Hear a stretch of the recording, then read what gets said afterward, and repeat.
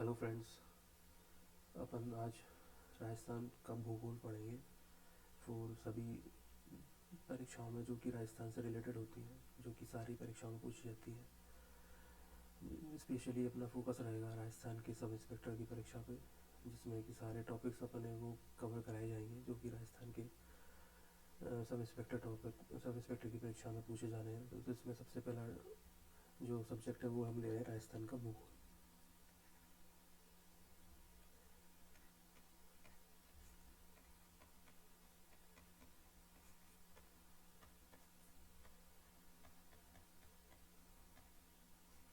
इसमें सबसे पहला टॉपिक अपन कवर करेंगे राजस्थान की उत्पत्ति।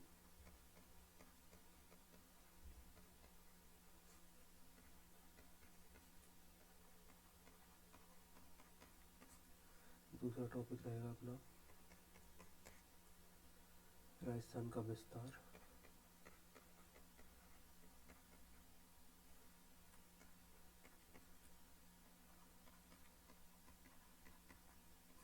क्षेत्रफल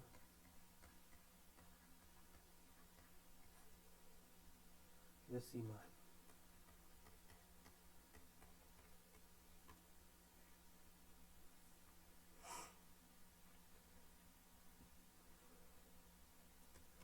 तीसरा टॉपिक रहेगा राजस्थान की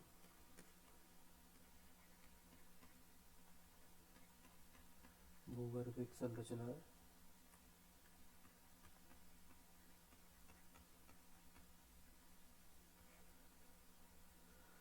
व राजस्थान का विभाजन।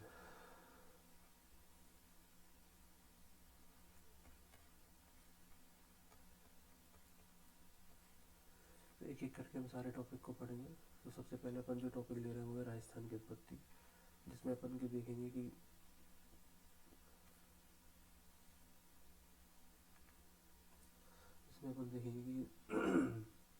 राजस्थान की उत्पत्ति के बारे में।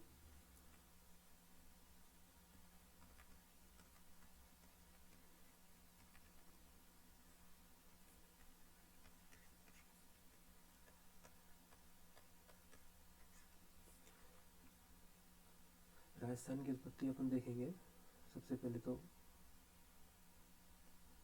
जो कि दी गई है काफ़ी प्रसिद्ध विश्व विख्यात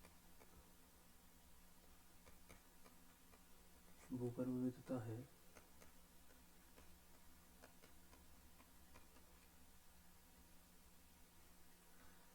अल्फ्रेड ब्रेगनर।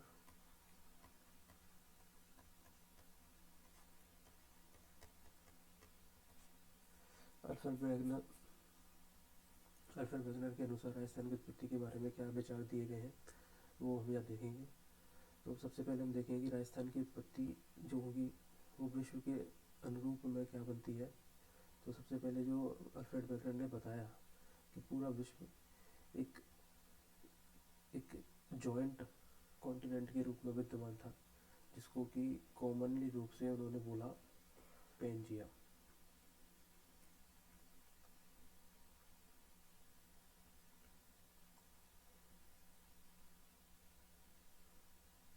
उनके अनुसार ये स्थल खंड था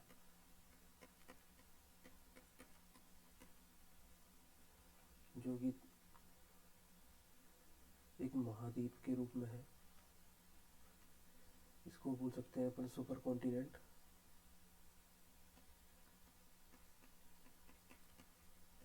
जो कि संपूर्ण स्थल खंड का 29% है, जबकि ये नीचे वाला जो भाग है ये है जलखंड,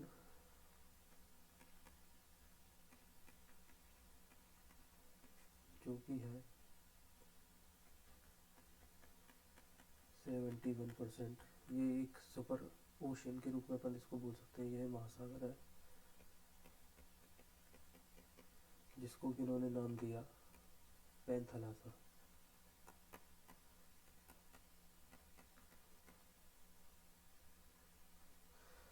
तो संपूर्ण पृथ्वी की संरचना में जब संपूर्ण पृथ्वी का निर्माण हुआ तो उस संपूर्ण पृथ्वी को उन्होंने एक कॉन्टिनेंट के रूप में माना कि सबसे पहले पृथ्वी सिर्फ एक सबसे पहले जो पृथ्वी थी वो सिर्फ एक सुपर कॉन्टिनेंट यानी कि एक ही कॉन्टिनेंट था पेंजिया, जहाँ से संपूर्ण मानव जाति का विकास हुआ। फिर धीरे धीरे ये स्थल खंडों में टूटती गई और फिर इसी के ऊपर जो 29% है उसको उन्होंने नाम दिया पेंजिया, जहाँ पे कि समस्त जीव मात्र का निवास हुआ करता था। जबकि पैंथलासा वो जलखंड है जो कि महासागर के रूप में विद्यमान था। तो ये 71% था पूरे संपूर्ण पृथ्वी के भाग का, जबकि 29% था पेंजिया। यही पेंजिया और पैंथलासा आगे फिर विभक्त होते हैं। और विभक्त होने का कारण क्या है? क्योंकि संपूर्ण पृथ्वी प्लेट्स पर विद्यमान है, जो कि प्लेट्स मैग्मा के ऊपर विद्यमान है। तो मैग्मा जैसे जैसे आगे आगे फ्लूइड के रूप में वो आगे की ओर गतिमान रहता है, जिससे की वजह से सारी जो प्लेट्स हैं एक दूसरे से दूर भी होती जा रही हैं और पास भी होती जा रही है। तो जहाँ जहाँ पे वो पास होती गई वहाँ वहाँ पे नई नई महाद्वीपों का, महासागरों का निर्माण हुआ। और जहाँ जहाँ पे दूर होती गई वहाँ पे भी महासागरों का, क्योंकि उनकी वजह से ड्रिफ्ट का निर्माण हुआ। और वहाँ पे फिर महासागर से ये जो जल है ये उन क्रेटर्स में और उनमें बढ़ता गया, जिससे महासागरों का निर्माण हुआ। तो यही भाग आगे जाके बनता है पृथ्वी की आंतरिक परतों की, पृथ्वी की आंतरिक प्लेटों के हलचल के भूगर्भ हलचलों के कारण यही भाग आगे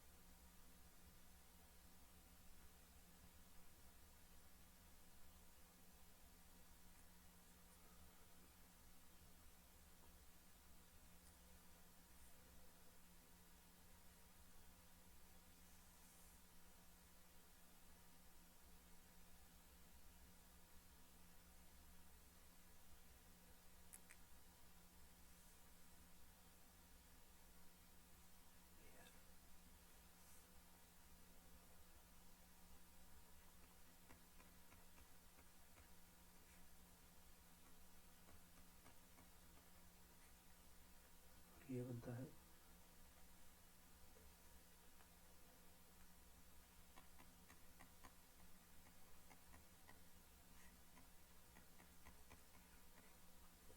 हजारों लाखों सालों के आंतरिक भूगर्भिक हलचलों की वजह से पेंजिया और पैंथलासा दोनों भाग अलग अलग हो जाते हैं, जिससे कि पेंजिया भाग दो भागों में विभक्त होता है, जो कि उत्तरी भाग बनाता है इसका अंगारा लैंड, और जबकि दक्षिणी भाग इसका बनता है गोंडवाना लैंड। और इसके बीच में जो महासागर, इस महासागर को पैंथलासा को अब यहाँ पे बोला जाता है तैतीस सागर।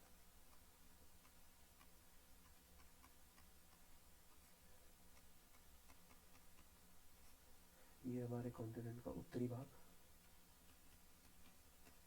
जबकि ये बना दक्षिणी भाग।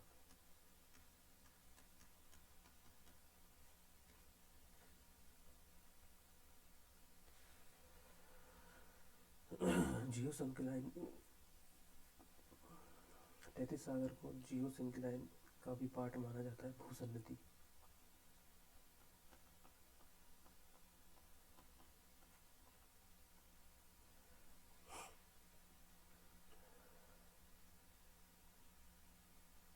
तो इस पर मेन जो क्वेश्चन पूछा जाता है वो क्वेश्चन पूछा जाता है कि राजस्थान में अंगारा लैंड के कौन कौन से भाग पाए जाते हैं, जबकि गोंडवाना लैंड के कौन कौन से भाग पाए जाते हैं। यानी कि अंगारा लैंड से किन किन राजस्थान के विभाजन जो हुए हैं उनके कौन कौन से बृहद प्रदेश हैं के पार्ट हैं, जबकि गोंडवाना लैंड के कौन कौन से पार्ट राजस्थान में विद्यमान हैं। वह तैतीस सागर से रिलेटेड भी क्वेश्चन पूछा जाता है कि तैतीस सागर से रिलेटेड कौन सा ऐसा भूभाग है जो कि राजस्थान में विद्यमान है। तो अभी क्लियर करते हैं, फिर यहाँ से स्टार्ट करेंगे। जैसा कि हमने पढ़ा कि अल्फ्रेड वेगनर के अनुसार संपूर्ण पृथ्वी 3 भागों में विभक्त है। अभी यह है अंगारा लैंड,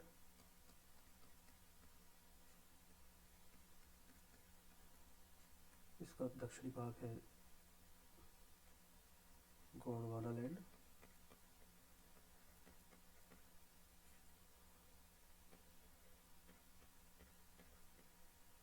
और ये जो महासागर है ये है तैतीस सागर।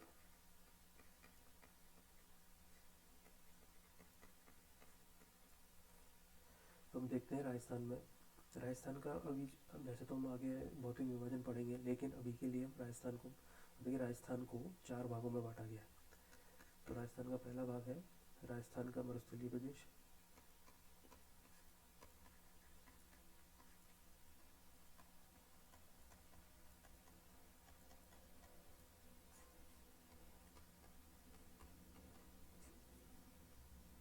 दूसरा है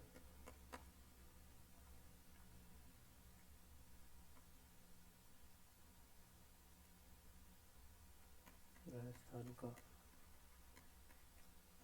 पूर्वी मैदानी प्रदेश,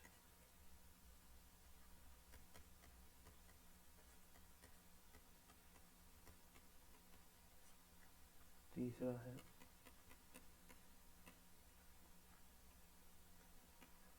अरावली पर्वतमाला,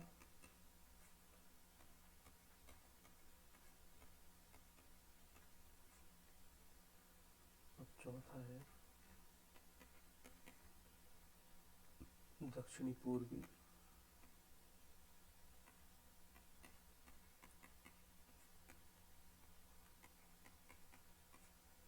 पठारीय प्रदेश।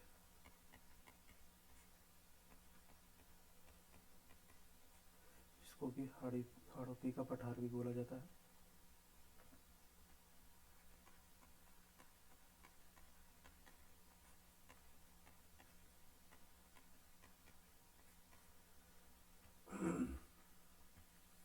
तो राजस्थान में मुख्यतः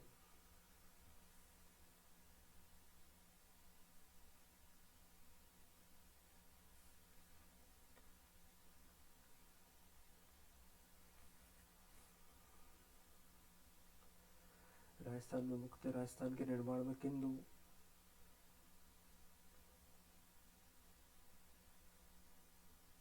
भूभौतिक प्रदेशों का भौतिक विभाजन हमें मिलता है, वो है, हम देखेंगे राजस्थान के निर्माण में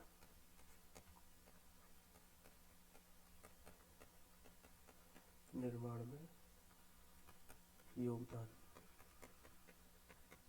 या इसको क्लियर कर देता हूँ, या हम लिख सकते हैं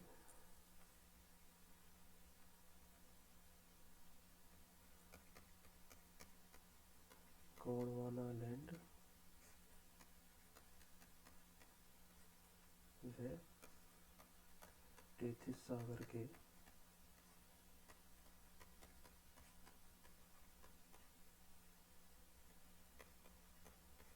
राजस्थान में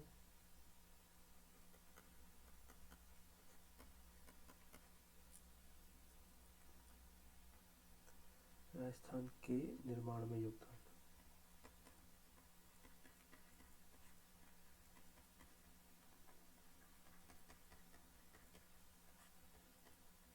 तो सर्वप्रथम देखते हैं गोंडवाना लैंड का कौन कौन से भाग हैं जो कि राजस्थान में पाए जाते हैं।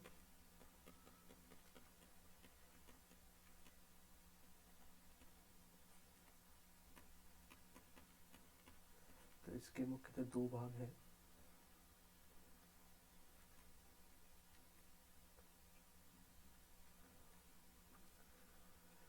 सबसे पहला जो हिस्सा वो मिलता है राजस्थान में गोंडवाना लैंड का, वो है अरावली पर्वतमाला।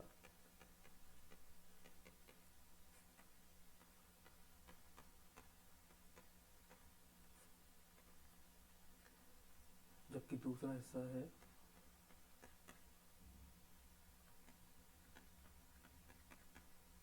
हाड़ौती का पठार। यानी गोंडवाना लैंड के जो 2 मुख्य थे अवशेष हैं राजस्थान में, उनमें पहला जो पर्वतमाला है अरावली पर्वतमाला, दूसरा हाड़ौती का पठार, यानी कि पर्वत और जो पठार है वो गोंडवाना लैंड के हिस्सा है। और राजस्थान में ज़्यादातर अवशेष गोंडवाना लैंड के इन्हीं भागों में मिलेंगे, जिसको जो कि पर्वत और पठार के रूप में विद्यमान है। जबकि तैतीस सागर एक सागर था, सागरीय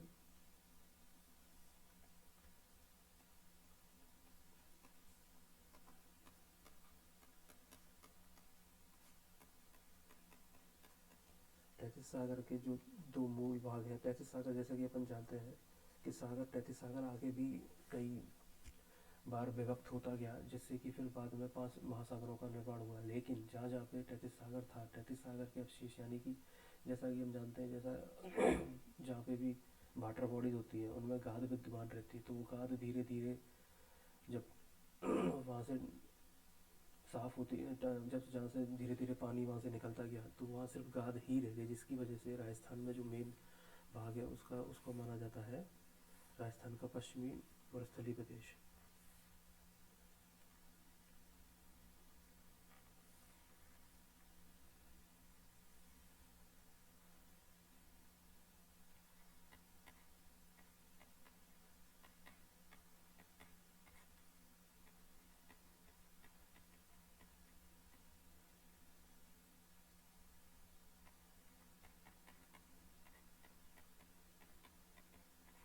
जबकि दूसरा उसका है राजस्थान का पूर्वी मैदानी प्रदेश।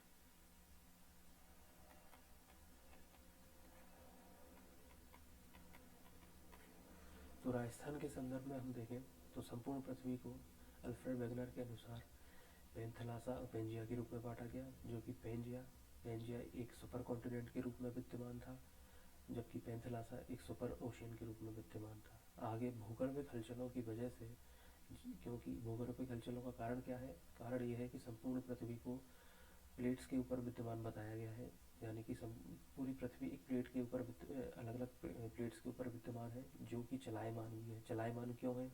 क्योंकि उनके नीचे मैग्मा जो कि लिक्विड फॉर्म में है वो तरलीय अवस्था में है और उनको गति प्रदान करती है, जिसकी वजह से पेंजिया और पेंथलासा दोनों आगे विभक्त होते हैं, जिसमें पेंजिया जो कि सुपर कॉन्टिनेंट होता है दो कॉन्टिनेंट के रूप में फिर टूटता है, और उसका उत्तरी भाग कहलाता है अंगारा लैंड, जो कि लॉरेंशिया भी कहलाता है, और दक्षिणी भाग कहलाता है गोंडवाना लैंड। और इसके बीच में जो कि तैतीस सागर, जो कि पेंथलासा का ही भाग है, पेंथलासा का नया फॉर्म भी अपन कह सकते हैं, क्योंकि पेंथलासा आगे जाके तैतीस सागर में बनता है। और जो कि भूसन्नति क्यों? क्योंकि पेंथलासा के ऊपर जाने और उसका एक हिस्सा नीचे आने की वजह से जो जियोसिंक्लाइन फॉर्म हुआ है उसमें, उसकी वजह से तैतीस सागर का निर्माण हुआ है, क्योंकि उस दरारीय अवस्था में जलीय जल का निवर्तन वहाँ पे हुआ है, जिस वजह से पेंथलासा टूटा अंगारा लैंड और गोंडवाना लैंड में, जबकि पेंजिया टूटा बना तैतीस सागर के रूप में, जो कि क्या है, जी सिंक्लाइन फॉर्म में। और अंगारा लैंड एक्चुअल में उत्तरी अमेरिका, यूरोप, चाइना, रशिया इधर की तरफ विद्यमान है, इसलिए भारत में इसका हिस्सा को मिलता ही नहीं है। जबकि गोंडवाना लैंड नीचे की तरफ यानी कि दक्षिणी भाग में है, और दक्षिणी भाग में ही भारत के हिस्से हैं, इसलिए गोंडवाना लैंड के मुख्यतः भाग जो कि राजस्थान में देखने को मिलते हैं वो अरावली पर्वतमाला और हाड़ौती का पठार, यानी कि पर्वत और पठार दोनों गोंडवाना लैंड के हिस्सा है। जबकि तैतीस सागर एक पश्चिमी मरुस्थलीय प्रदेश, क्योंकि इसके अपने रीजन इसका जाना क्या कि पानी के नीचे जो गाद रहती है, वो गाद जब धीरे धीरे सूखते सूखते जो बनी, उसकी वजह से पश्चिमी मरुस्थलीय प्रदेश बना, और दूसरा हिस्सा जो कि राजस्थान का पूर्वी मैदानी प्रदेश है उसका निर्माण हुआ।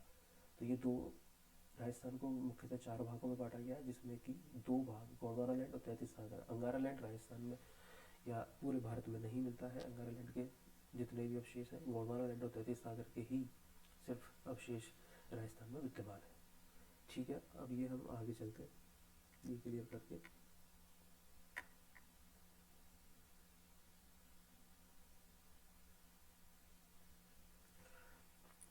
ये हुआ राजस्थान का निर्माण। अब अपन पढ़ने वाले हैं राजस्थान की स्थिति।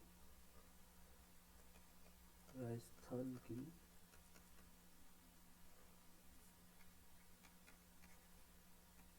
अवस्थिति। अवस्थिति से मेरा क्या मतलब है? लोकेशन। लोकेशन हम कैसे देखने वाले हैं? अक्षांशीय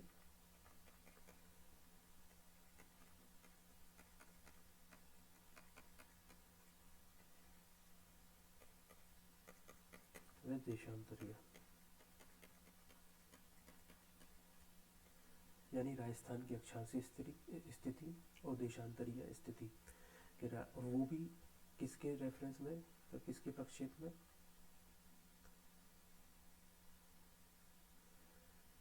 भारत के विश्व के भारत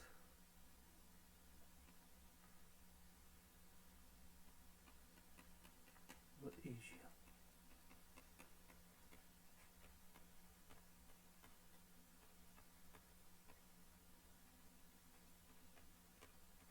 यानी कि राजस्थान अक्षांशीय देशांतरीय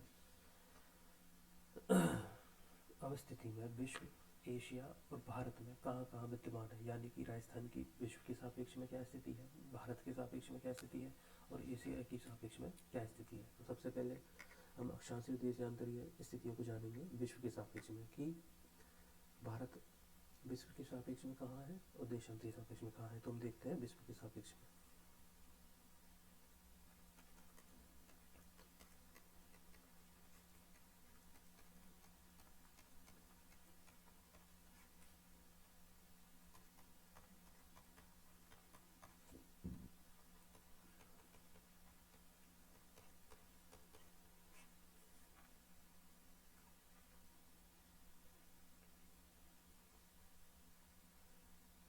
तो संपूर्ण विश्व को अपन जानते हैं एक गोले के रूप में बताया गया है, जो कि ऊपर से, जो कि उत्तरी ध्रुव और दक्षिणी ध्रुव सबसे चपटी है, जबकि और तरफ से वो राउंड शेप में है। तो एक यह है ग्रीनविच रेखा।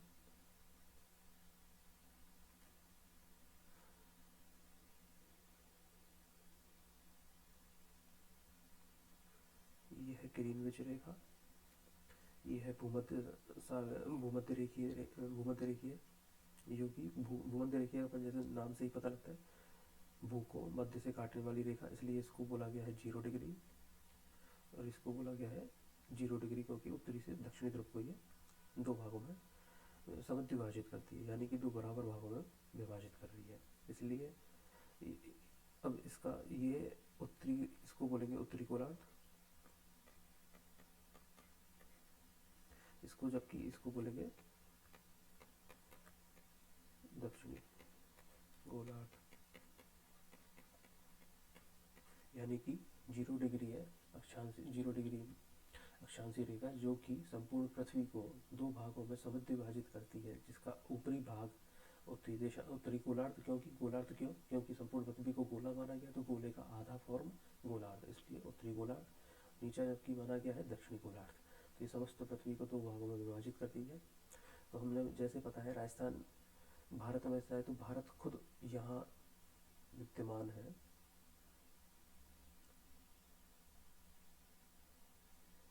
तो ये राजस्थान का अपने को जैसे पता लगा, तो ये हुआ पूर्वी, ये हुआ पश्चिमी, ये हुआ दक्षिणी और ये हुआ उत्तरी। चारों दिशाएं, जिसके हिसाब से हमें क्या पता लगा कि राजस्थान की अवस्थिति क्या बनती है, उत्तरी पूर्वी गोलार्ध। यानी राजस्थान की स्थिति क्या है विश्व के सापेक्ष में उत्तरी पूर्वी गोलार्ध में। ये क्वेश्चन कई बार पूछा गया है, वन लाइनर में आता है, इसलिए इसको आप ध्यान रखें। उत्तरी पूर्वी गोलार्ध में राजस्थान की स्थिति विश्व के सापेक्ष, यानी कि विश्व के मानचित्र पर अपन देखें तो विश्व के मानचित्र पर राजस्थान की जो स्थिति है वो क्या है, उत्तरी पूर्वी। जबकि अब अपन देखते हैं एशिया।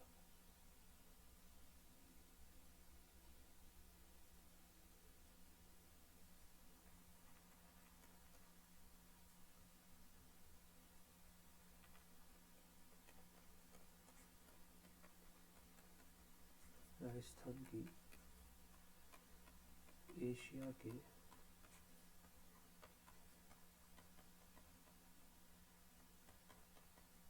चित्र पर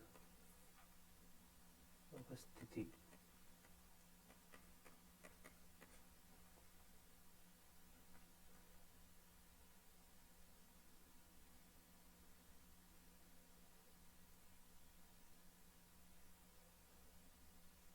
तो एशिया को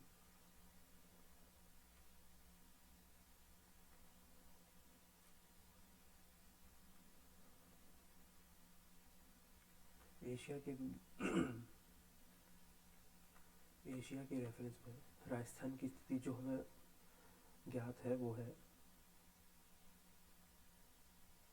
क्योंकि ये सब ऊपर चाइना, इधर जापान, इधर कोरिया और इधर ये रशिया का पूरा एरिया है, जिससे कि नीचे की तरफ ये एशिया स्टार्ट होता है, क्योंकि रशिया यूरेशिया का भाग है, यानी कि यूरोप और एशिया दोनों में आता है। इसलिए राजस्थान भारत का हिस्सा ये जो कि साउथ की तरफ है एशिया में, इसलिए राजस्थान को ये अगर हम 4 भागों में इसको यूँ विभाजित करें तो ये बनता है ईस्ट, ये बना वेस्ट, ये बना साउथ, सॉरी नॉर्थ, ये बना साउथ।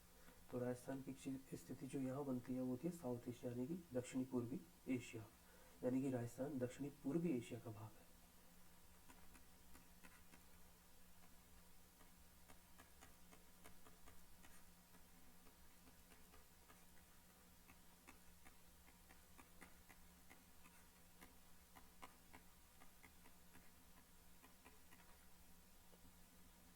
तो हमें 2 चीज़ें क्लियर हो गई कि राजस्थान की विश्व में स्थिति, जबकि राजस्थान की एशिया के मानचित्र पर स्थिति।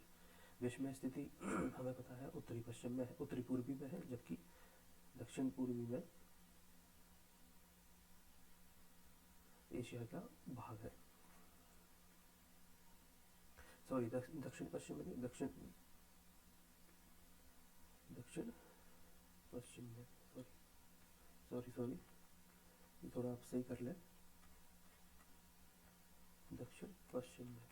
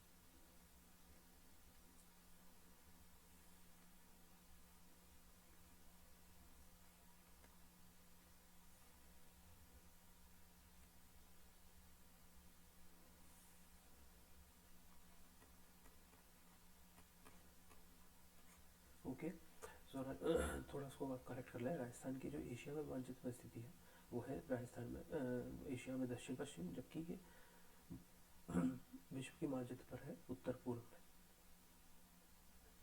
क्योंकि ये सारा एरिया फिर एशिया से निकल के ऑस्ट्रेलिया और इधर की तरफ, ये ऑस्ट्रेलिया कॉन्टिनेंट में सारा इधर ये न्यूजीलैंड वगैरह चालू हो जाएगा।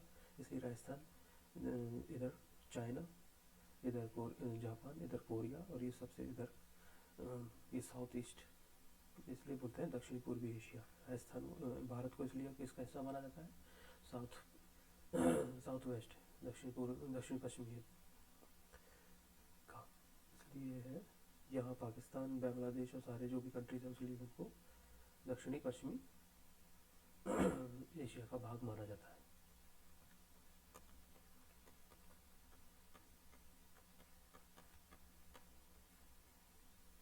ओके, अब आप देखते हैं राजस्थान की भारत में अवस्थित थी।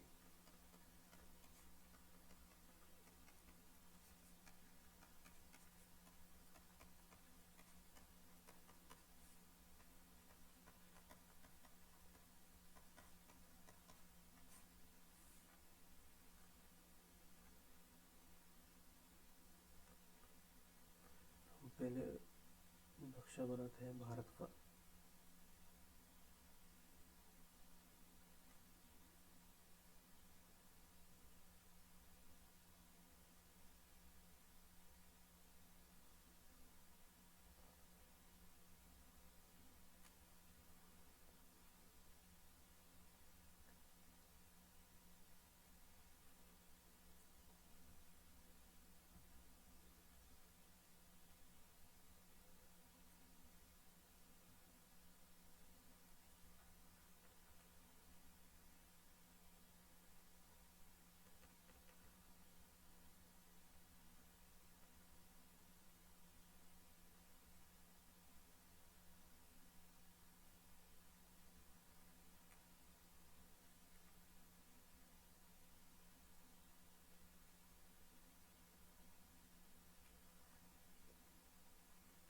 तो ये हमें पता है कि भारत का उत्तरी हिस्सा,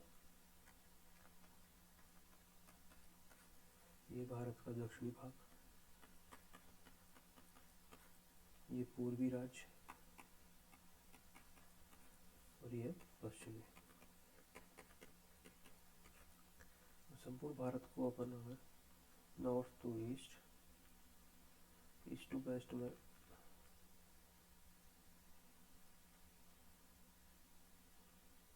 विभाजित करें तो राजस्थान की स्थिति यहाँ आती है गुजरात से कुछ ऊपर, इसलिए राजस्थान की भारत में स्थिति बनेगी उत्तरी पश्चिमी।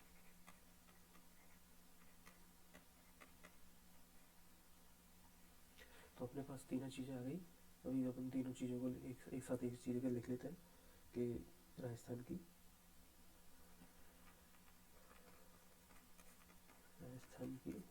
एशिया में, विश्व में और भारत में स्थिति।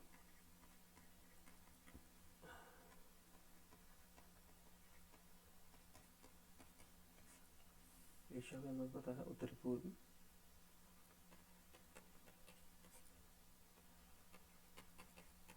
जबकि एशिया में है दक्षिणी पश्चिमी,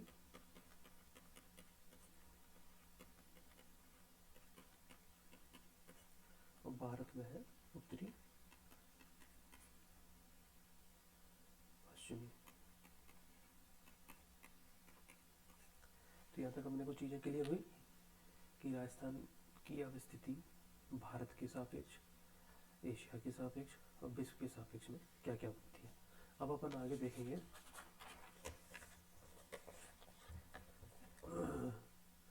कि राजस्थान की अक्षांशीय और देशांतरीय स्थिति क्या बनती है, यानी कि कौन सी रेखाएं राजस्थान के मानचित्र का निर्धारण करती हैं। आगे चलिए,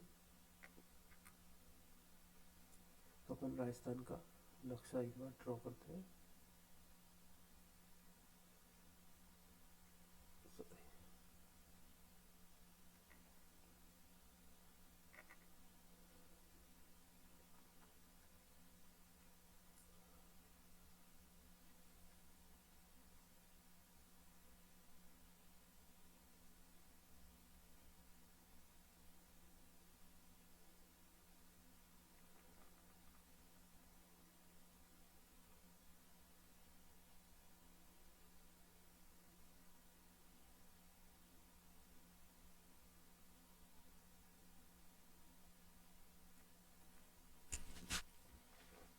तो ये बना राजस्थान का उत्तरी भाग, ये बना दक्षिणी, ये है पूर्वी और ये बना दक्षिणी, सॉरी पश्चिमी।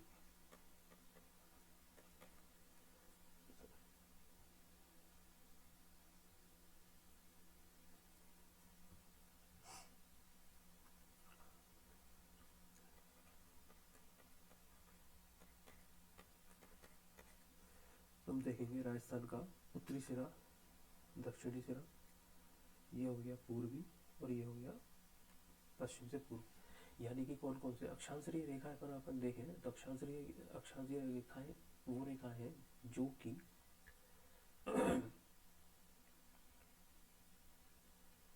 समस्त पृथ्वी को,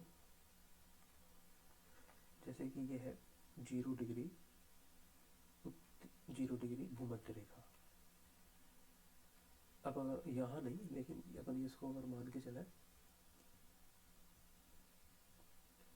एक अगर ग्लोब है तो उस ग्लोब पर अक्षांशीय और देशांतरीय, अपन ये पहले देखते हैं अक्षांशीय और देशांतरीय रेखाएं होती क्या है। तो ये माना कि पृथ्वी एक ग्लोब है, जिस ग्लोब पर जो कि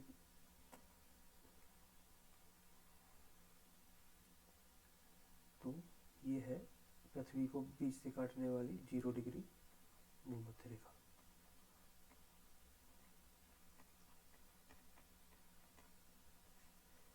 जबकि हम नीचे की तरफ अगर जाएं तो यहाँ ये सब काल्पनिक रेखा है, ये ऐसा नहीं कि पृथ्वी के ऊपर बनी हुई है, ये सब काल्पनिक रेखा है जो कि विद्वानों द्वारा बनाई गई है। ये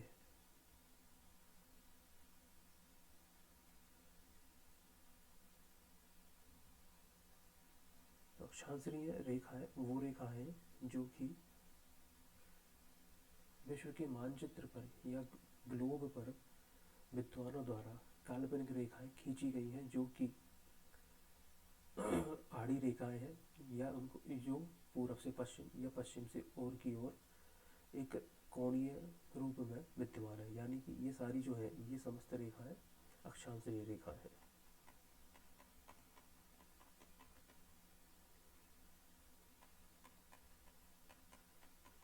जबकि ये रेखा जो कि नॉर्थ टू साउथ,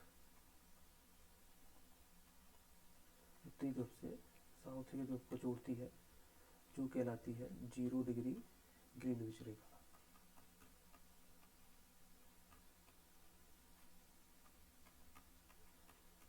यह भी अपना टॉपिक नहीं है, लेकिन इनको भी अपन बता रहे हैं जिससे कि अपने को ये आगे भी काम आ सके। तो पृथ्वी के ग्लोब पर ये खींची गई रेखा है, जिसके सापेक्ष में उत्तरी ध्रुव से दक्षिण पर डाली गई ये समस्त रेखा है जो कि इस रूप में विद्यमान है। ये एक खड़ी रेखाएं है, जबकि अक्षांशीय अक्षांशीय रेखा है लेटी हुई रेखा है, जबकि ये खड़ी रेखा है, तो इनको बोला गया है देशांतरीय रेखा है।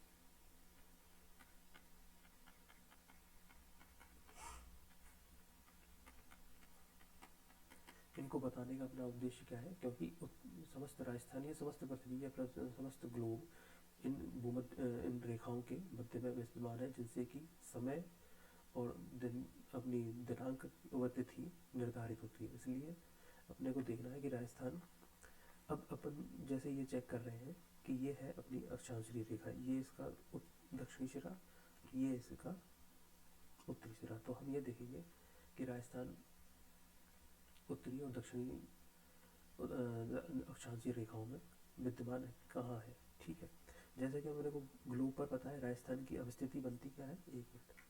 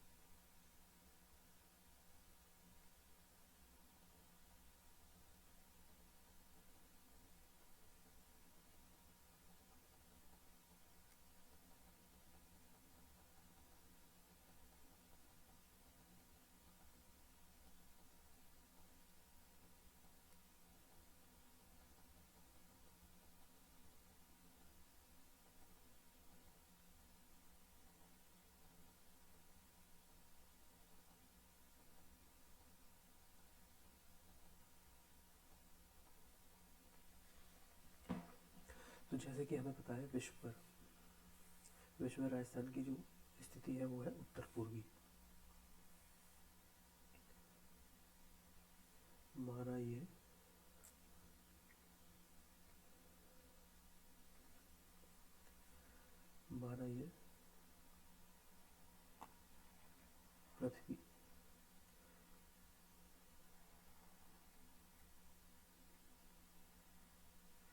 कहाँ पर राजस्थान विद्यमान है। तो ये जो अक्षांश बनेगा वो कौन सा बनेगा, ये 0 डिग्री से ऊपर जो है उत्तरी अक्षांश, और 0 डिग्री के नीचे ये है दक्षिणी अक्षांश। इसको बनाने का मेरा मेन मुद्दा ये था कि राजस्थान की जो स्थिति है वो संपूर्ण विश्व में अक्षांशीय देशांतरी स्तर पर क्या है, यानी राजस्थान उत्तर में विद्यमान है संपूर्ण विश्व के मानचित्र पर, इसलिए राजस्थान की जो स्थिति आएगी वो उत्तरी गोलार्ध की आएगी। मेरी बात आ रही है आपको समझ में? I hope. मैं इसीलिए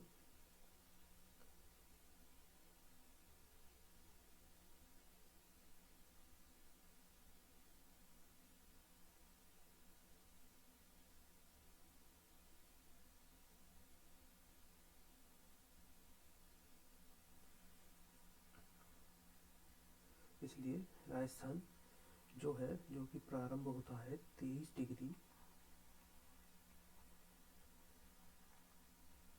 3 मिनट उत्तरी अक्षांश से। कहाँ से? उत्तरी अक्षांश। उत्तरी अक्षांश क्यों लिखा मैंने? क्योंकि राजस्थान संपूर्ण विश्व में उत्तरी पूर्वी भाग में स्थित है, इसलिए राजस्थान अक्षांशीय तौर पर उत्तर में स्थित है, जो कि स्टार्ट होता है 23 डिग्री 3 मिनट से लेके 23 डिग्री 3 मिनट से लेके 30 डिग्री 12 मिनट उत्तरी अक्षांश।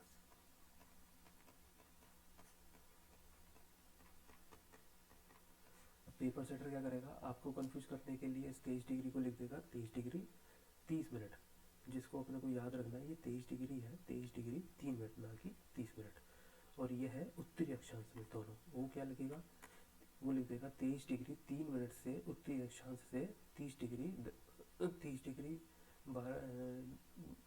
12 मिनट तक दक्षिण अक्षांश, जो कि गलत आ जाएगा। राजस्थान की स्थिति बनती है 23 डिग्री से। राजस्थान जो कि अपने को पता है 23.5 डिग्री कर्क रेखा है,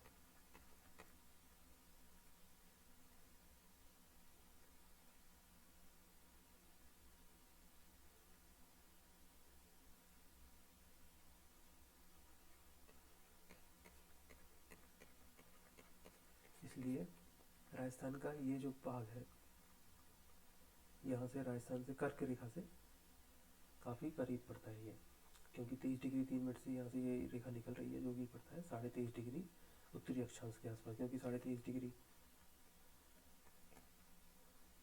उत्तरी अक्षांश को कर्क रेखा बोला जाता है।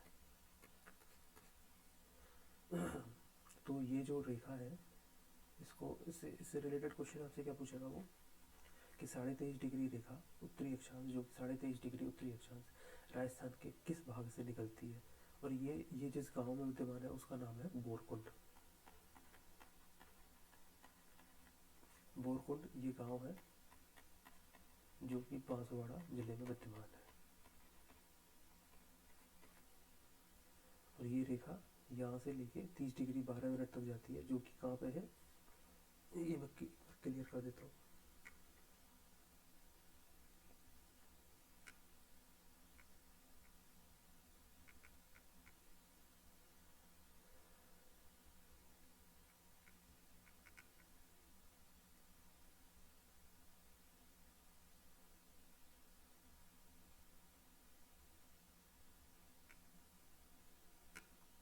तो राजस्थान का उत्तरी जो भाग है, जो कि 23 डिग्री 12 मिनट पे खत्म हो जाता है,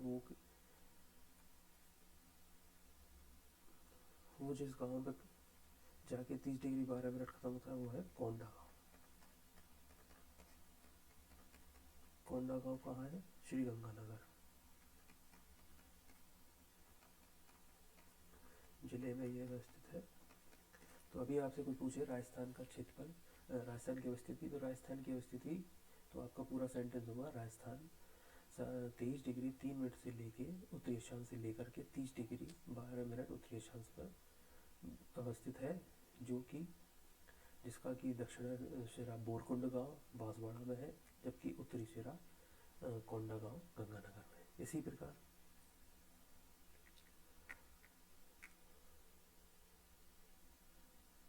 तो इसको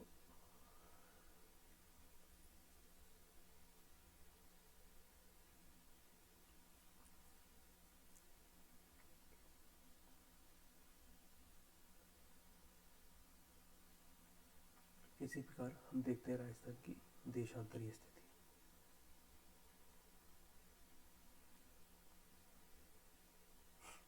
चूँकि हम देखते हैं राजस्थान को अपन ने देखा हुआ है, राजस्थान किस में है, जैसे कि विश्व के मानचित्र में अपन बात कर रहे थे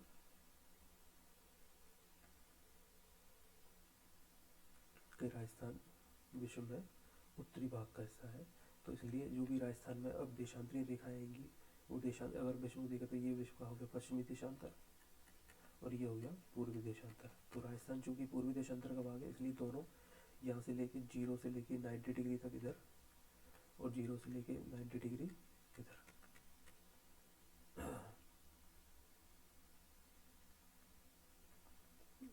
अगर इसको भाग को बांटे तो हम देखेंगे कि राजस्थान का पूर्वी भाग यानी कि राजस्थान जो है पूर्व में जहाँ से स्टार्ट होता है देशांतरीय स्थिति पर, वो क्या है और ये क्या है। तो हम देखेंगे राजस्थान की रेखाएं यूँ चलती हैं 0 1 2 3 4 5 6 7 8 9 10 और 90। तो सबसे पहले राजस्थान पूर्वी भाग में पड़ेगा, तो ये पश्चिमी भाग पड़ेगा राजस्थान का, तो वो कितना होगा 69 डिग्री 30 मिनट। तो ये क्या है पूर्वी देशांतर।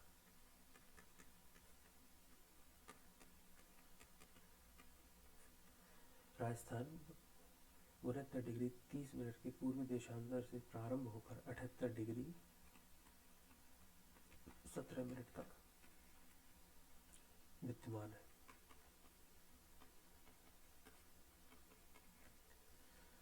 अब हम देखें राजस्थान का पूर्वी सिरा या पूर्वी छोर जहाँ पे कि 78 डिग्री 17 मिनट विद्यमान है, वो कौन से गांव से निकलती है, तो वो है सिलाड़ा गांव, धौलपुर। जबकि राजस्थान का पश्चिमी सिरा जो कि अपने को पता है पूरा पश्चिमी क्षेत्र है, मरुस्थलीय क्षेत्र है, यहाँ पे 69 डिग्री 30 मिनट जो रेखा है पूर्वी देशांतर जो है वो कहाँ से निकलती है, तो वो निकलती है कटरा गाँव। और कटरा गाँव कहाँ है, जैसलमेर।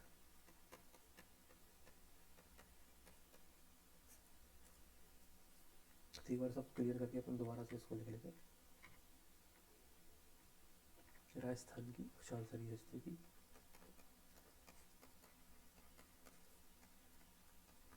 अक्षांशीय स्थिति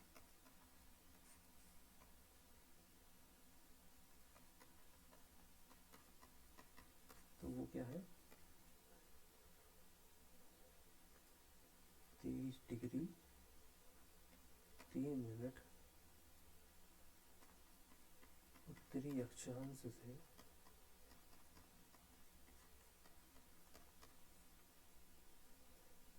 30 डिग्री 12 मिनट उत्तरी अक्षांश तक।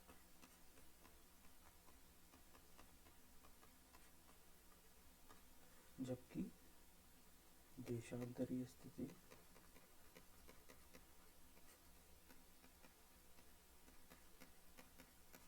वो क्या बनती है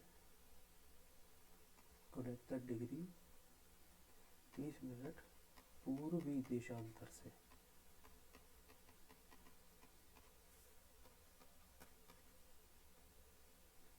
78 डिग्री 17 मिनट पूर्वी देशांतर तक।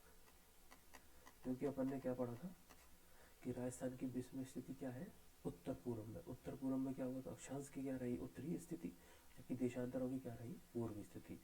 और हमें पता है राजस्थान का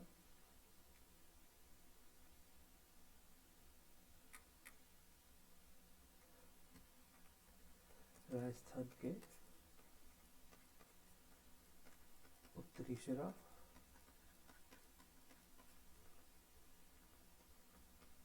दक्षिणी सिरा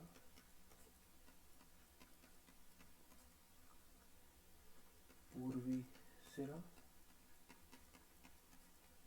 और पश्चिमी सिरा। तो हम कह सकते हैं राजस्थान का उत्तरी सिरा जहाँ से कि 23 डिग्री राजस्थान का उत्तरी सिरा जहाँ पे 30 डिग्री 12 मिनट निकलती है वो कौन सा गांव से निकलती है कोंडा गांव, गंगानगर।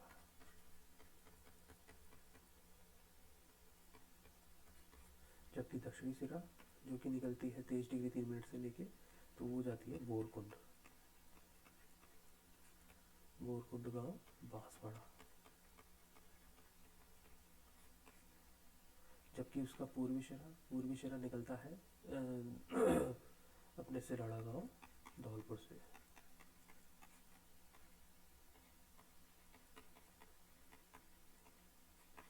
जबकि पश्चिमी सिरा कटरा गांव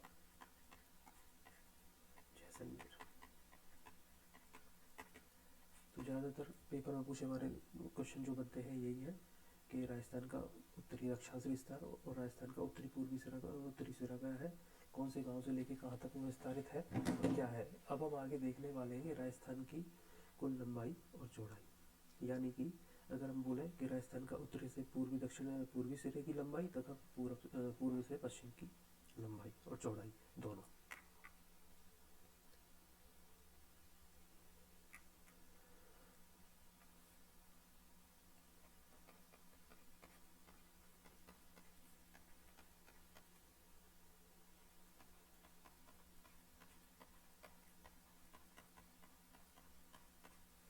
ये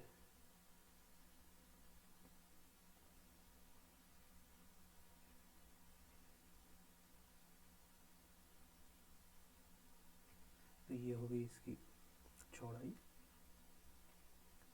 और ये उसकी लंबाई।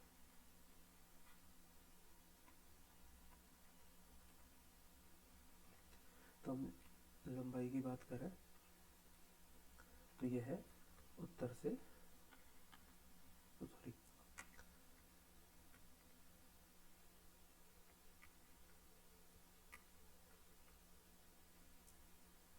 यह है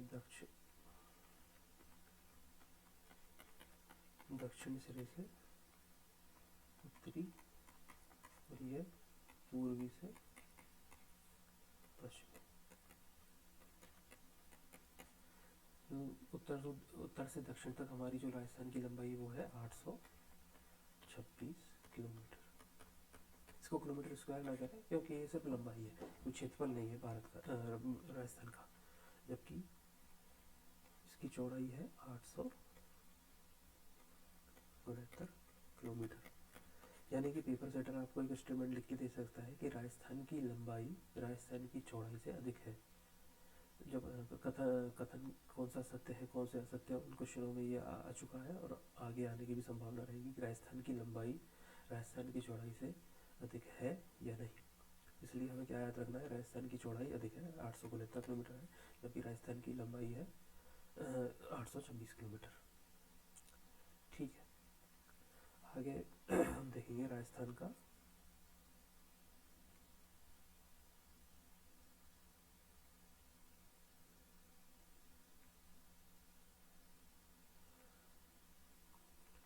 आगे हम देखने वाले हैं राजस्थान का क्षेत्रफल,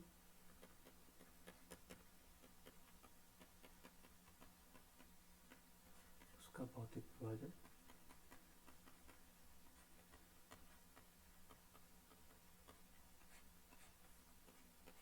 और राजस्थान भारत का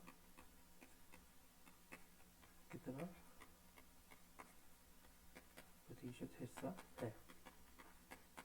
तो ये आगे की बातें हैं, ये अपन क्लासेस में आगे की तरफ बढ़ते जाएंगे जब धीरे धीरे एक एक टॉपिक को एक करते जाएंगे। इसलिए आज अपन ने जो पढ़ा वो क्या है, राजस्थान की उत्पत्ति। राजस्थान का उत्पत्ति कैसे हुई, अल्फ्रेड वेगनर के द्वारा। उन्होंने पैंथलासा और पैंजिया इसको आगे की तोड़कर अंगारा लैंड और गोंडवाना लैंड में। उसके बाद अपने राजस्थान की अवस्थिति जानी कि विश्व में क्या है, भारत में क्या है, एशिया में क्या है। राजस्थान का अपने अक्षांशीय देशांतीय विस्तार जाना। आई होप कि मेरा पढ़ाया हुआ आपको समझ में आया होगा। आगे धीरे धीरे हम इसी क्लासेस को आगे करते जाएंगे जिसमें कि अपन देखेंगे राजस्थान का क्षेत्रफल, राजस्थान का कितने भागों में भौतिक विभाजन है। 4 पार्ट अपन ने जो कि पढ़े भी हैं कि राजस्थान के 4 पार्ट जो कि गोंडवाना लैंड और तैतीस सागर का भाग है, तो वो कैसे कैसे उनके भी सब डिवीजन आगे की तरफ हम पढ़ते